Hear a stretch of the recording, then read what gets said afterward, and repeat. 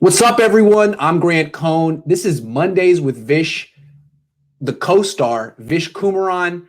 We're going to be talking a lot about the Niners today, but before we get into what we need to talk about, we're going to go for like 90 minutes. Vish has an announcement to make. And before Vish makes his announcement, I want everyone who's watching to subscribe to Vish's YouTube channel. He just started it. It's about a week old, and the link is in the description of this video. Vish, tell people what they need to know. So as Grant said, thank you for telling us, Grant. Please subscribe to our YouTube channel. It's Blake and Vish Sports. It's in the description. We'll be posting a few videos every day. Jason, I appreciate your subscription. And then number two, we got a couple of nice things coming up. So this Wednesday, Blake and I will be going live again, and we're going to have a special guest this Friday, San Francisco 49ers player. I'll tweet about it a bit more. I hope to see you guys all there when we go live on Friday. We have a special guest, and please creating suspense. You're not going to say who it is. No, not yet. Ooh, I know who it is, but I'm not going to say. But I know who it is. A couple things need to still get confirmed, but we're going to have a special guest. So please do join when we go live this Friday. And we're also going to get Grant on there soon, time permitting. And hopefully we can talk to Grant about more. But I'm not the special guest he's talking about. He got a real heavy hitter. Theoretically, I'm not going to say who it is, though. But tune in on Friday. It's going to be a big deal. I'm excited. All right. Are you ready to go? Big start for Vish Kumaran in the game. Yeah. So, Vish, let's do it this way. I build this as projecting the future of the 49ers.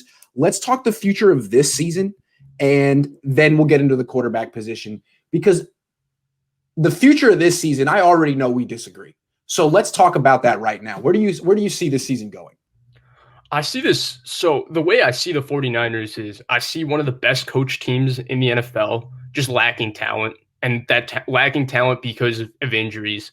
And they're a lot like the Patriots. Right. And that's who I was going to compare them to. Yeah. I think we talked about this on the phone call yesterday. Like Belichick and McDaniels every week seem to install this great game plan, and it just feels like they lose because of execution errors.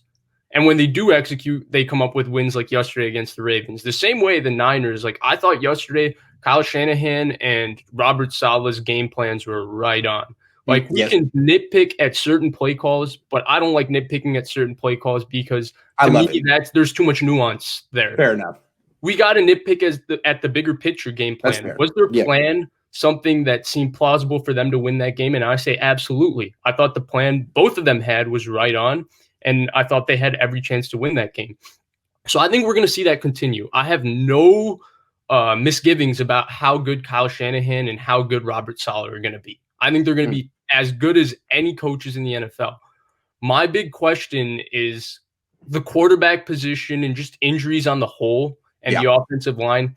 I think this team is going to be very up and down like they've been just all season, which means we're going to get one game where the coaching looks great and the players execute, and we're going to be like, yes, they can make this run. And then the very next game, they're going to let you down and be like, or not let you down, but more just play because of the younger inexperienced players that they have kind of slow down and have a rough game. And we're going to say, well, they're done.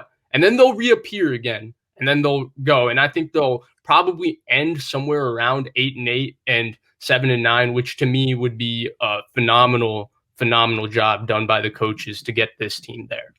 All right, let's argue a little bit. What you said is right on. I think that definitely applies to the offense. They've got a backup quarterback in there who's still very inexperienced. His weapons are in and out. You never really know who's going to be playing on offense any given week. The offensive line is terrible. The quarterback can't move. It's going to be inconsistent. The defense, though, I think the defense is legit. It's not a top 5 defense in the NFL, but I think it is a top 10 defense. And I think it's going to continue to play extremely hard. It's going to execute whatever Robert Saleh is calling. His game plans are going to be on point. I think that defense is going to be legit. What we saw in Seattle and against the Packers, I think was just an exhausted defense. So I think coming off the bye, they're going to be consistent. If not great, they'll be consistently very good. So that's a start. And then I keep coming back to if they can possibly get their running game back, which is personnel related, in my opinion. If they could get Deebo Samuel back in particular, now they need Raheem Mostert back more than ever. Right. Then then they get the identity of their team back. Then they get their running game. Then their defense doesn't have to play as much. And then there's just so much less that Nick Mullins has to do. You sort of go back to what the team looked like last year minus Kittle. But I don't know if we're ever actually going to see that. I mean, my pie in the sky optimistic scenario depends on Mostert and Debo coming back, being great right away, and pretty much everyone else staying healthy. So I think everything that you say is the most optimistic way to look at the situation. Yeah. And that's if everything goes right. I have a couple of problems even with that outlook, because the way I see it is that with the way they're playing defense and stuff, I'm not sure if their defense can play the way they played yesterday every game, just because of the amount of younger, inexperienced players they played. Mm-hmm. Like, you're going to have games, and I know everybody points it out, but Javon Kinlaw is not going to play the way he played yesterday in every game left this season. And they need him to play like that, right? True. And you're going to have a couple of rough games. Tarvarius Moore will make a couple of mistakes. Marcel Harris is going to make a few mistakes. There's going to be mistakes there where it's not Salah's fault. Maybe the player, it's not really his fault because he just needs more time. He needs more growth. And then the other thing with the defense is I don't know how they're going to create turnovers. And I think this offense, especially with Nick Mullins at quarterback, needs the defense to be creating 1 to 2 turnovers a game. How about that new free safety, though? Look, I mean, if he can inadvertently fall down and elbow a ball out every game, then God bless. That was in the scouting report. Inadvertently falls down, elbows ball. Absolutely. Look, I want to talk about this defense because I was really inspired. And we're going to talk about Salah later. We're going to get into the whole thing. But moving Tarvarius Moore into the starting lineup is not a bad thing from what I've seen. So far, it doesn't hurt him. In fact, it might help him. 2, moving Marcel Harris to linebacker, I thought was a stroke of genius. I really like that move. To me, he's a lot like Quan Alexander. He's not that much smaller than Quan Alexander. They have similar playing styles, and I think he makes a bigger impact than Azeez Al-Shaair. I thought it was genius. I don't know. Genius is a little strong. I agree. I thought it was a great move. Yeah. And they need someone on this defense who's a little reckless. Quan Alexander, when he first came, was very reckless. And Marcel Harris brings that level of recklessness. He's a really good player.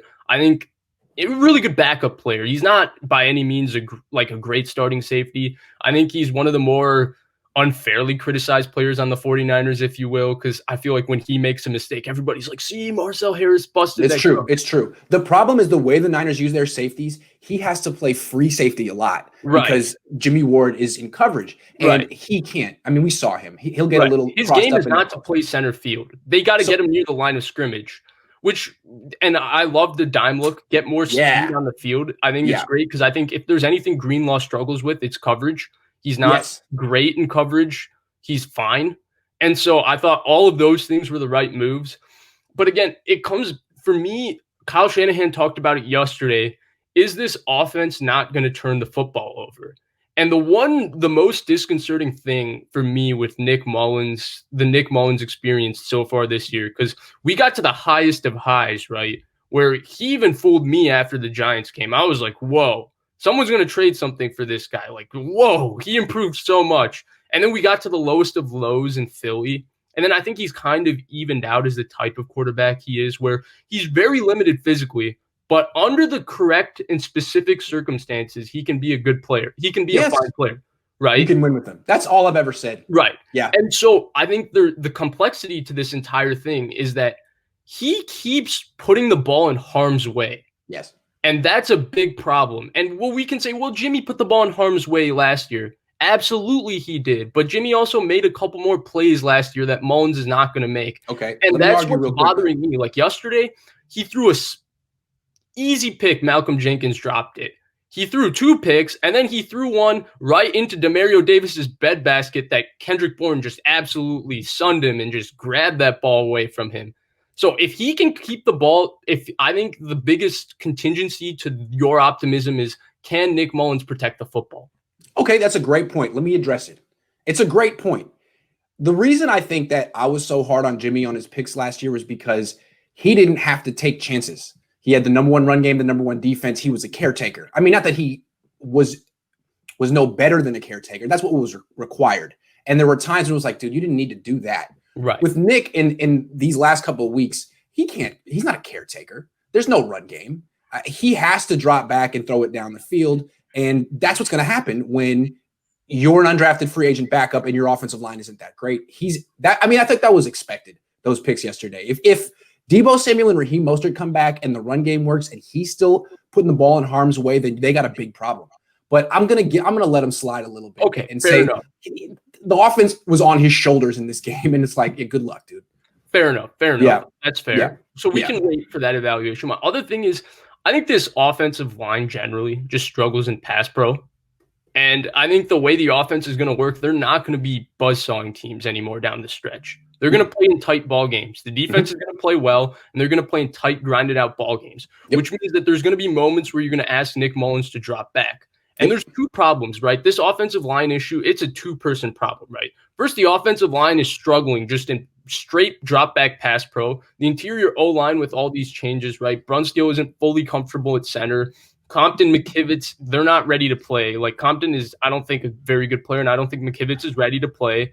McGlinchey is fine, but he also has moments that really stand out. Like, wow, the captain of your team, starting right tackle, got basically bulldozed by a nickel who's 190 pounds. It's a bad look. It's a really bad look. Yeah. So you have those things. And the bigger problem is that Nick Mullins just physically cannot operate when there's pressure around him.